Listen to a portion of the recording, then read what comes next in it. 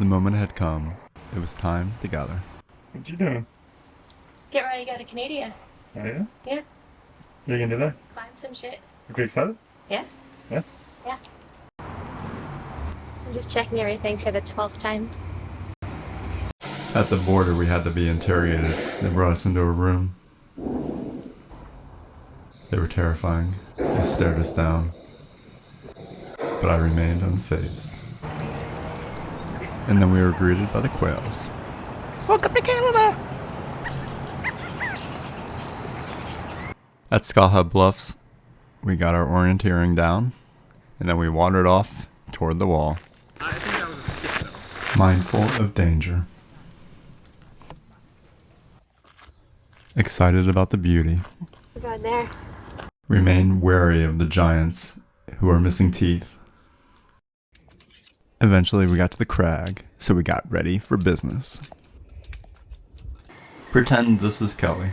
You have to pretend. And that is the power of imagination. Me celebrating an ascent. Skaha is pretty nice.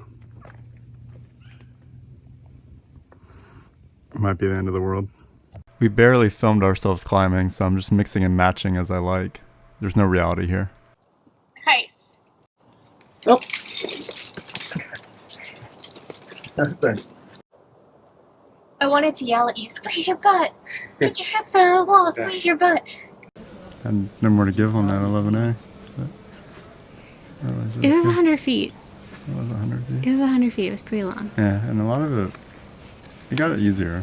And there were times that were easier, but there were a lot of moves that were similar. When you fall and do the same section over and over again, that adds feet. So what You did climb more feet. I had like 3 falls. And I think so. I had 3 falls, so You did like an extra 30 feet or so. yeah. Eventually the day got long in the rattlesnake tooth, and so we took a view and then began the trek back to the car. It was a fine day. I was happy to get outside. That was a long day. It was a good day though. I have a little cider now. Oh man.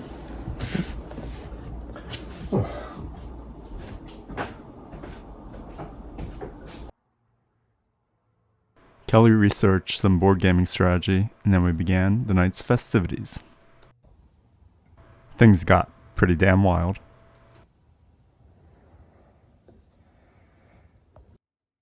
A wardrobe change and a game change. Body 4. Okay. This raged on all night. The morning preparation is always a somber period. But then it's time for the business. Business. Off we go. Go get it done again. As we headed in, we saw inspiration. Eventually, we narrowed in to our goal. The sounds of nature were fierce. Some we could not quell. But others, the scariest ones, we could soothe those beasts. This was probably the most dangerous part of the entire trip. You want some goldfish on your face? In my ear, please, so I can swim around in the opening. Mm-hmm. Whisper to me. The voice of God. The voice of God? Yeah. Not just translating, but actually the voice I of think God. if you're hearing something from a goldfish in your ear, at that point, you may as well just assume it's the voice of God. That seems to be where you're heading at that point. Eventually, we called it. The whole crag emptied out. For to stay would drive you mad. I know what you did last summer. They can't see me anymore. Get my bottom. Look at it. So to be clear, I'm not making fun of or disparaging or anything of the sort. I just want to describe something that happened that I can't really explain. It was mesmerizing, but baffling as well. We were standing in the ice cream aisle at Safeway, and these 2 guys came, and they like sped walk over to the ice cream area, look down, and are like, Rolos! And then they were super excited, like, it's on sale! And then they grabbed the gigantic quart of Rolo's ice cream, which I didn't know existed till this moment in time. And they just grabbed it, and they looked real excited, and they looked at each other, and then they sped walk, I think, to go buy it. I think that's all they got. I'm so intrigued. Refreshed, and a new day, new climbing. If I don't live today, it's because we're climbing in direct sun on a rock that's surrounded by rocks. It's like an oven. In other news, I witnessed something pretty cool this morning. This guy showed up at the crag and he was alone. He played guitar for a little bit, nothing happened. Then he grabbed a flute and stepped outside and started playing. And then within moments, his partner showed up. I'm pretty sure he's like a Pied Piper of climbing partners. So if you're ever traveling solo and you need a partner, bring a flute.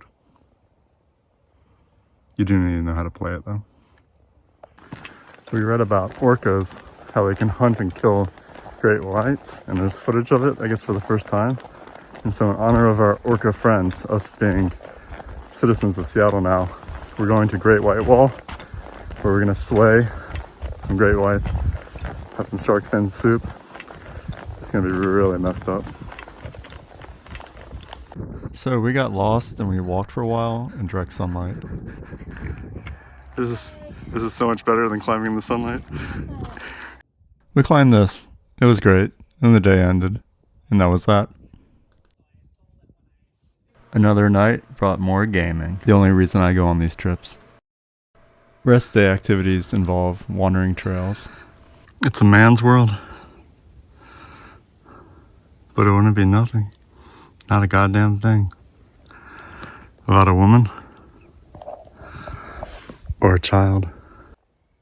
And then we thought about going for a swim. Instead, we went to one of the local vineyards and got a little bit of a buzz on. Oh shit, let me back up for a second.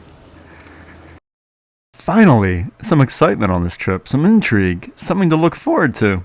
I think there should have been a third exclamation point given that there's 3 bears. There was ample evidence that the bears were around, so we kept our eyes open. The forest always seems to close in on you when there's wild beasts around. Took a vantage point to keep an eye in case a bear might attack. Buttle said he'd help too. As did Kelly. Eventually though, you just gotta start climbing. So when we got to the parking lot, we saw a sign that said that there was a mother bear sighted along with 2 cubs. And so we've been on the lookout for these bears. And we're the only people at the crag. So we decided that if a bear came while someone was climbing, we'd have to do something. And there were different options. There was grab a stick clip and fight it off. There was a unhook your device and just run for it. Was that an option? These are We just didn't options. discuss- we didn't You can discuss- have bad options. I don't remember discussing that one. And then Kelly had one. What was your plan? Yell Rambo, and the other person takes or falls or goes indirect, and then the person belaying can use that person as a counterweight and run up the wall. So that's our plan. It's a Rambo. Rambo. So eventually we did turn around and discovered that we could see this from where we were climbing.